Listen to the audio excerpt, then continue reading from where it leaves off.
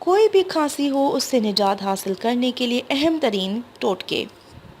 کھانسی دو طرح کی ہوتی ہے، ایک سوکھی کھانسی ہوتی ہے اور ایک بلغمی کھانسی ہوتی ہے۔ اکثر و بیشتر کھانسی ہماری بڑھ کر بلغمی کھانسی کا رخ لے لیتی ہے۔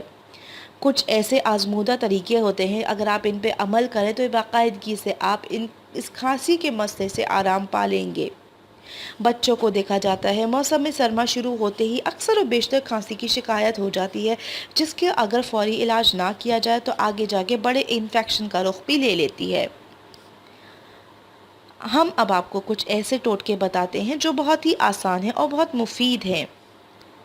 کیلے کا چھلکا اور بڑی الائچی اچھی طرح توے پر جلا کر پیس لیں، پھر اس میں شہد ملا کے تھوڑا تھوڑا چاٹ لیں۔ اس ٹوٹکے سے پرانی کھانسی بھی دور ہو جائے گی۔ 1 چمچ لونگ اور 1 چمچ انار کے چھلکے کو پیس کر پاؤڈر بنا لیں اور ایک چھوٹا چمچ لے کر اس میں آدھی شہد کی چمچ ملا کر دن میں 3 بار چاٹیے۔ تلسی کے پتوں کا رس اور ادرک کا رس ملا کر 1 چمچ اور آدھا چمچ ملائیں، اس میں شہد اور اچھی طرح مکس کرنے کے بعد صبح اور شام اس کا استعمال کریں۔